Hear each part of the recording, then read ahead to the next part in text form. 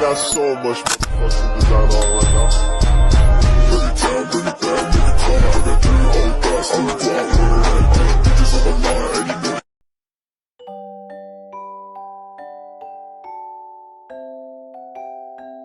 Assalamualaikum warahmatullahi wabarakatuh. Saya Yatno Master. Sampai ketemu kembali di channel saya, Yatno Masterpedia, channel yang berkonsentrasi untuk membahas strategi pembelajaran dan juga strategi pengembangan diri.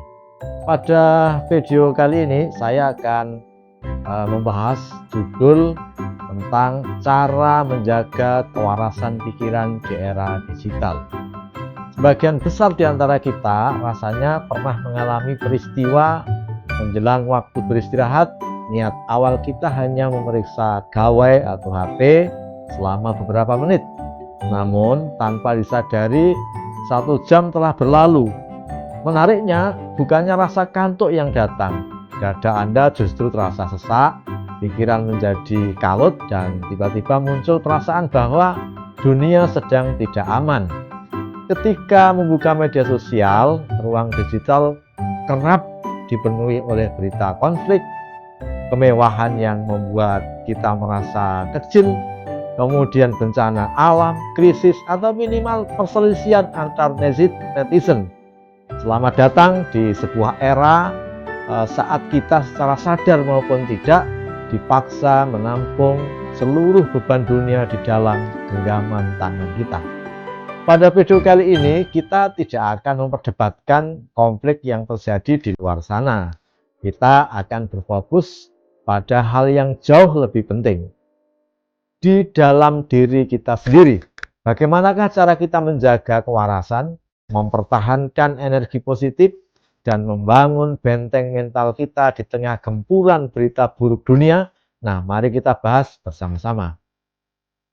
Teman-teman sekalian, sadarkah Anda bahwa rasa cemas yang kerap kita alami belakangan ini sebenarnya memiliki pola?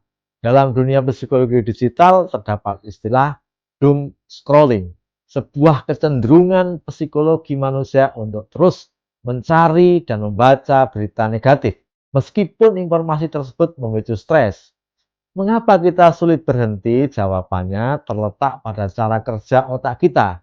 Sejak zaman prasejarah, otak manusia dirancang untuk selalu peka terhadap ancaman demi bertahan hidup. Celakanya, sistem algoritma media sosial modern memahami betul sifat dasar manusia tersebut. Mereka merancang sistem agar informasi yang memicu amarah, ketakutan, atau kesedihan tampil lebih sering di lini masa kita. Nah, karena itulah jenis konten seperti itu yang membuat Anda bertahan lama di dalam aplikasi. Dampak jangka panjangnya sungguh nyata. Kita dapat mengalami apa yang disebut dengan compassion fatigue atau kelelahan empati. Jiwa Anda ingin peduli, namun kapasitas mental Anda mengalami kejenuhan. Karena volume informasi yang terlalu masif, akibatnya Anda menjadi mudah cemas, sulit berkonsentrasi, atau bahkan menjadi apatis terhadap lingkungan sekitar. Jika kondisi tersebut dibiarkan tanpa kendali, maka benteng pertahanan mental Anda lambat laun akan runtuh.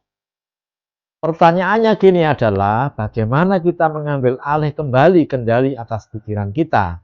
Kita tentu tidak bisa menghentikan arus berita di luar sana, namun kita memiliki hak penuh untuk menyaring apa yang berhak masuk ke dalam ruang pikiran kita.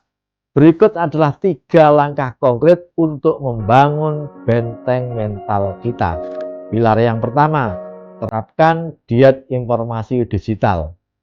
Layaknya tubuh yang akan jatuh sakit jika terus-menerus mengonsumsi makanan yang tidak sehat, pikiran kita pun akan terganggu jika terus diberikan asupan visual yang toksik. Mulai hari ini, lakukan kurasi pada media sosial Anda secara tegas. Manfaatkan fitur pembatasan seperti mute, unfollow, atau not interested pada akun-akun yang tidak lagi membawa nilai positif bagi kesehatan jiwa Anda. Ingatlah Menjaga kedamaian pikiran bukan berarti Anda bersikap egois atau tidak peduli pada isu kemanusiaan. Ini adalah bentuk kesadaran akan batasan diri. Pilihlah satu atau dua sumber berita resmi yang kredibel. Konsumsi informasi secukupnya, kemudian alihkan perhatian Anda. Pilar yang kedua, kendalikan pintu gerbang waktu Anda.